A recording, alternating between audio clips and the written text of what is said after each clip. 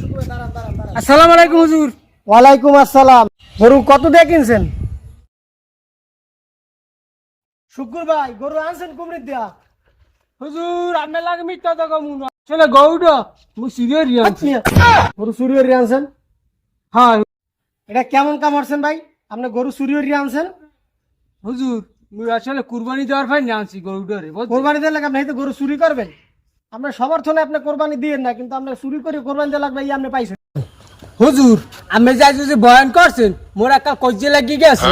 মুই শুনছি কুরবানির গরুতে পশমে পশমে নাকি বল সব, হের লাগি মুই চিন্তা করছি যে বাইলি হোক মোর কুরবানি দিতেই হইবে। এটা কেমন কথা বলেন? হেইতে আপনি গরু চুরি হয়ে কোরবানি দেবেন?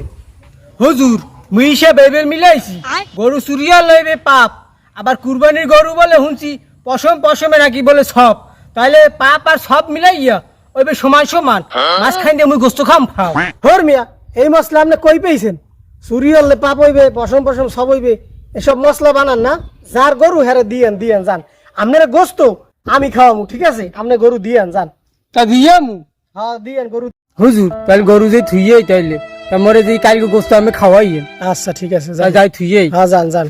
যা যা লা।